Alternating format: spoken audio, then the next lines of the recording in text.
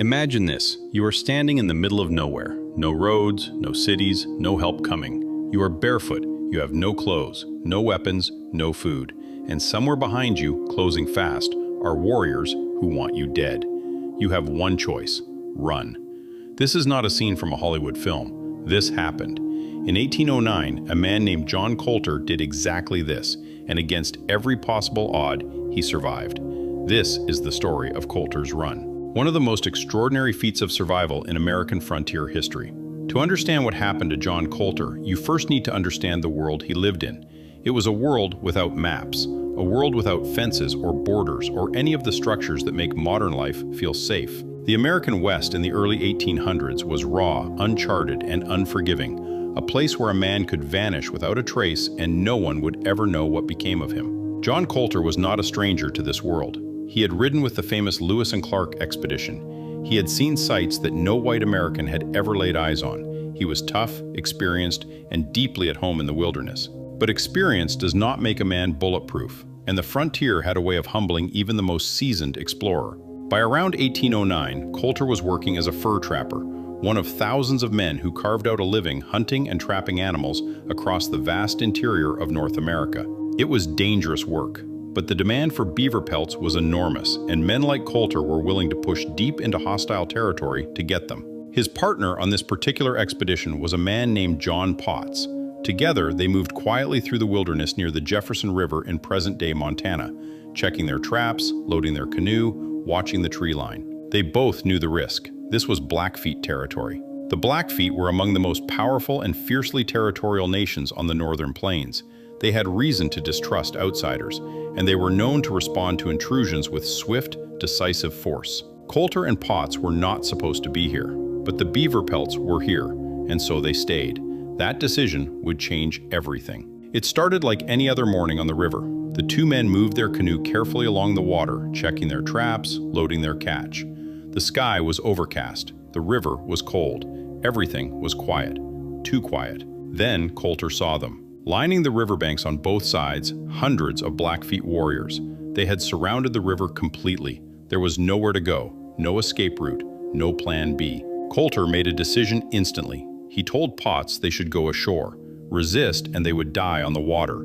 Comply and there was at least a chance. But John Potts had a different idea. Maybe it was fear, maybe it was defiance. Whatever it was, Potts raised his rifle. He was not going to be taken without a fight. It was the last decision he ever made. The warriors opened fire. Potts was hit multiple times and killed almost instantly. John Colter was now alone, unarmed, surrounded, and completely at the mercy of men who had every reason to kill him on the spot. What happened next was something Colter could never have prepared for. The warriors did not kill him. Instead, they stripped him of everything: his clothes, his boots, his weapons, every tool that might help him survive in the wild. They left him with nothing, not even the dignity of a single piece of fabric against the cold Montana air. Then the warriors began to talk among themselves. Colter did not speak Blackfoot fluently, but he understood enough. He had spent years among native peoples across the frontier. He listened carefully. He began to understand what they were planning. They were going to make a game of him. One of the warriors approached Colter and asked him, through gestures, through broken communication, whether he was a fast runner. Colter was smart. He knew this was a test. He told them no, he was not a fast runner. He was slow. It was a lie, and it may have saved his life. The warriors pointed him toward the open prairie stretching out before him, flat, treeless, and vast. Miles of open ground with nowhere to hide. Then they told him to run. They would give him a head start. Then they would come after him. And if they caught him, they would kill him. John Colter looked out at the empty wilderness in front of him, barefoot, naked, miles from any possible help. Behind him, hundreds of warriors preparing to give chase. He ran. What followed was one of the most desperate sprints in the history of human survival. Colter ran with everything he had, not a jog, not a measured pace, a full, all-out, body-destroying sprint across open prairie. His bare feet hit the ground again and again against stones and sharp grass and hard earth. He didn't stop. He couldn't stop. Behind him, the warriors gave their war cries and gave chase. Colter ran for miles. Most of the warriors began to fall behind. They had underestimated him. Remember, He had told them he was slow. He was anything but. His lungs burned, his feet bled, but he kept running. The open prairie stretched ahead of him, and somewhere in the far distance, maybe 6 miles away, was the Madison River. If he could reach it, there was a chance, just a chance. But there was one man who had not fallen behind. One warrior, younger, faster, more determined than the rest, was still coming, and he was closing the distance. Colter could hear the footsteps behind him now. He could hear the warrior's breathing. He risked a glance back. The warrior was close, very close. He was carrying a spear.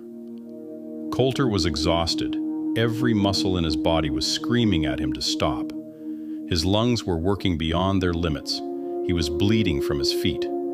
The exertion had been so extreme that blood had begun to pour from his nose, coating his chest as he ran. He had almost nothing left. And that was when John Colter made a decision that defies all logic. He stopped. He turned around. He faced the warrior who was about to kill him. The warrior was so surprised, so completely caught off guard by the sight of his prey suddenly turning to face him, that he stumbled. He threw his spear. He missed. Colter grabbed the spear from the ground, and in a moment of pure survival instinct, the kind that bypasses thought entirely, he drove it into the warrior. The warrior fell. Colter ran. With the remaining warriors behind him, enraged now, furious, motivated by grief as well as the hunt, Colter pushed through the final stretch, the Madison River. He reached the bank and threw himself in without hesitation. The water was freezing, the current was strong, but Colter didn't care. He swam and let the river carry him, searching frantically for any place to hide. Then he saw it, a tangled mass of driftwood that had piled up near a bend in the river. A low, floating island of debris, just large enough for a man to hide beneath. Colter dove under. He pressed himself against the underside of the driftwood, barely keeping his nose above water, and he waited. He could hear them. The warriors had reached the river. They spread out along the banks, searching. Some waded in. Some moved upstream and downstream, scanning the surface, looking for any sign of the man they had been hunting. They searched for hours. Colter did not move. The water was so cold it would have been almost unbearable, but he stayed completely still, controlling every impulse to shiver, to surface, to gasp for air, and waited. Eventually, as the light began to fade, the warriors gave up. The sounds of searching faded, footsteps receded, and slowly, terrifyingly slowly, the wilderness went quiet again. John Colter was alone. He pulled himself out of the water in the darkness, shaking violently from cold and exhaustion. He had no clothes, no shoes, no weapons, no food, no fire, and he was approximately 7 days' walk from the nearest trading fort, Fort Lisa, a small outpost at the confluence of the Bighorn and Yellowstone rivers. 7 days, on foot, in the Montana wilderness, barefoot and naked. What happened over those 7 days is almost impossible to fully comprehend. Colter moved through the wilderness, eating whatever roots and bark he could find. He navigated by the stars. He crossed mountain passes and open plains, staying alert every step of the way, because the warriors could still be out there. Every morning he woke up was a miracle. Every mile was a war against his own body, against the elements, against despair. But John Colter kept walking. He had survived the river. He had survived the chase. He had survived the spear. He was not going to die alone in the wilderness after all of that. On the 7th day, half-starved, his feet destroyed, his body pushed to its absolute limits, he stumbled into Fort Lisa. The men at the fort barely recognized him. He was gaunt, sunburned, covered in cuts and bruises. His feet were in terrible condition, but he was alive. John Colter's story became legend almost immediately. Word spread through the frontier trading posts and eventually back east, where people received it with a mixture of awe and disbelief. Even by the rough standards of the American frontier, a world that produced genuinely extraordinary men, what Colter had done was considered almost impossible. He had outrun hundreds of warriors. He had killed a man in single combat with his own spear. He had hidden in a frozen river for hours, and he had walked, alone, unarmed, and naked, for 7 days through some of the most hostile wilderness on the continent. But perhaps what's most remarkable about John Colter, the detail that separates him from the merely brave, is what he did afterward. He went back. Within months of his survival, Colter returned to the wilderness. He kept trapping.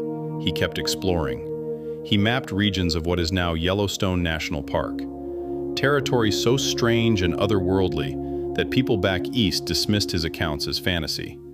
They called it Colter's Hell. He finally retired from frontier life around 1810, settled down in Missouri, and lived quietly until his death in 1813. He never wrote a memoir. He gave very few interviews. He did not seek fame. He was just a man who ran when he had to run, who hid when he had to hide, who walked when everything in him must have screamed at him to lie down and give up. The wilderness that nearly killed him is still out there, mostly unchanged, largely undisturbed. The Madison River still runs cold. The Montana sky is still enormous. And somewhere beneath all of that, in the grass, in the water, in the hard dirt of the plains, the ghost of a footprint, a barefoot man running. But here's the question that has haunted historians ever since. Could you have done it? Not the running, not even the hiding, but the walking, 7 days, alone, through a wilderness that wanted you dead. No map, no food, no guarantee that anyone was even looking for you. John Colter didn't survive because he was superhuman. He survived because he made one smart decision after another under conditions that would have broken almost anyone. He lied about his speed. He turned around when every instinct said keep running. He stayed still in freezing water for hours when his body screamed to move. Survival, it turns out, is less about strength and more about presence of mind. So the real question isn't whether Colter's run was possible. The question is, what would you have done differently? And what would have gotten you killed? Drop your answer in the comments. We read every one. If you found this story fascinating, don't forget to subscribe to the channel for more real-life mysteries and unexplained cases. Every week, we dig into the moments from history that should be impossible, but happened anyway.